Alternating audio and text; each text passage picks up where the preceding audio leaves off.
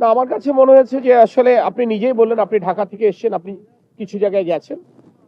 কারোর পক্ষেই আমি মনে করি এই প্রত্যন্ত অঞ্চলে এই 7 দিনে হয়তো আপনারাও সকলে পৌঁছাতে পারেননি। আপনাদেরও হয়তো কিছু তথ্যের ঘাটতি আছে। আমি খুব দায়িত্ব নিয়ে বলছি। প্রথম দিন থেকে উপজেলা প্রশাসন তাদের মতো করে কাজ করছে। সরকার যখন এই ত্রাণ ব্যবস্থাপনা তদারকি করবার জন্য সমন্বয়ের দায়িত্ব দিয়ে আমাকে পাঠিয়েছে, অর্থাৎ গত পরশুদিন আমি চট্টগ্রাম এসেছি, তখন থেকে আমি জেলা প্রশাসন এবং উপজেলা প্রশাসনের সাথে কাজ করছি। প্রথম দিনই এখানকার টিএনওর সাথে আমাদের কথা হয়েছে, উনি কি করছেন এটা আমরা জেনেছি এবং তাকে অ্যাকর্ডিংলি আমরা ইনস্ট্রাকশন দিয়েছি।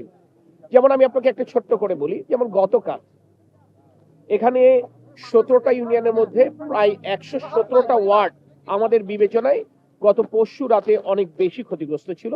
আমাদের কিন্তু উপজেলা প্রশাসন গতকালই এই 117টি ওয়ার্ড, এই 117টি ওয়ার্ড কিন্তু 17টা ইউনিয়নের অন্তর্ভুক্ত, সেখানে কিন্তু তারা শুকনো খাবার পৌঁছে দিয়েছে। সো এই ইনফরমেশনটা হয়তো অনেক কারণেই আমাদের সকলের কাছে নেই। আমি আপনাদেরকে এইটুকু বলতে পারি যে আমরা প্রতিটা দুর্গত মানুষের কাছে পৌঁছাতে চাই।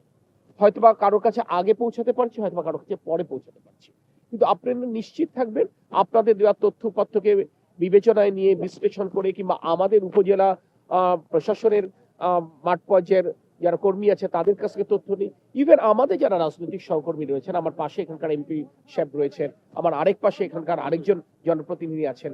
সো আমাদের রাজনৈতিক সহকর্মী তাদের প্রদত্ত তথ্যের ভিত্তিতেও কিন্তু আমরা কাজ করছি। এখানে সরকার যেমন তার মতো করে কাজ করছে, ঠিক তেমনি এখানকার সংসদ সদস্য ব্যক্তিগত উদ্যোগে কাজ করছে, বিভিন্ন স্বেচ্ছাসেবী প্রতিষ্ঠানও বিভিন্নভাবেই কাজ করছে। এটা হচ্ছে বাংলাদেশ সৌন্দর্যের জায়গা। যে কোনো সংকটে আমরা কিন্তু সকলে মিলেই কিন্তু সংকট মোকাবেলা করি। আমি মনে করি এই সময়টা আসলে দোষারোপের সময় নয়, এই সময়টা আসলে কাঁধে কাঁধ মিলিয়ে নিরন্ন মানুষ, দুর্গত মানুষের পাশে দাঁড়াবার। ধন্যবাদ। আচ্ছা, বন্যা পরবর্তী আপনারা কি পদক্ষেপ গ্রহণ করছেন? 3 দিন ধরে আছেন চট্টগ্রামে, যে বিশেষ করে সাতকানিয়া, লোহাগাড়া, বাঁশখালী সহ কয়টা এলাকার মধ্যে কয়টা ঘরবাড়ি বিধ্বস্ত হয়েছে, কি পরিমাণ ক্ষয়ক্ষতি হয়েছে আপনি এটা মনে হয় প্রাথমিকভাবে আপনি না, প্রথম কথা হচ্ছে আপনার এই তথ্য জানতে চাওয়াটাও মনে হয় এই সময়ের জন্য যথাযথ হচ্ছে না। এই পানি যখন নেমে যাবে, যখন প্রতিটি জায়গায় উপজেলা প্রশাসন পৌঁছাতে পারবে কিংবা ইভেন গণমাধ্যমের বন্ধুরাও পৌঁছাতে পারবে, তখনই আসলে সঠিক তথ্যটা পৌঁছানো যাবে। এই মুহূর্তে আসলে আমাদের মূল ফোকাস হচ্ছে রিলিফ অ্যান্ড রেস্কিউ অপারেশন। হ্যাঁ, আমরা দুর্গত মানুষকে উদ্ধার করতে চাই এবং আমরা তাদের মুখে খাবার পৌঁছে দিতে চাই। পানি নেমে যাবার পরে আমরা পুনর্বাসনে মনোযোগ দেব এবং পুনর্বাসনের ব্যাপারে খুব স্পষ্ট ধারণা কিন্তু আমাদের মাননীয় প্রধানমন্ত্রী তারেক রহমান দিয়েছেন। অর্থাৎ যে সমস্ত মানুষের ঘর বাড়ি ক্ষতিগ্রস্ত হয়েছে কিংবা হবে, আমরা প্রতিটি ঘর বাড়ি মেরামতের জন্য সরকারের তরফ থেকে আমরা সহায়তা করবো ইনশাআল্লাহ।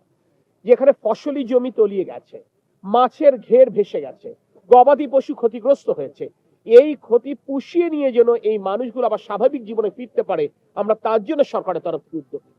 এমনকি আমরা গতকাল বিভিন্ন এনজিও যারা ক্ষুদ্র ঋণ বিতরণ করে, আমরা তাদেরকে অনুরোধ করেছি অন্তত এই সংকট বিবেচনায় তারা জন্য এই জুলাই মাসে তারা ঋণের কিস্তি তারা আদায় করাটা বন্ধ রাখে। Thank you. এবং আরেকটা হচ্ছে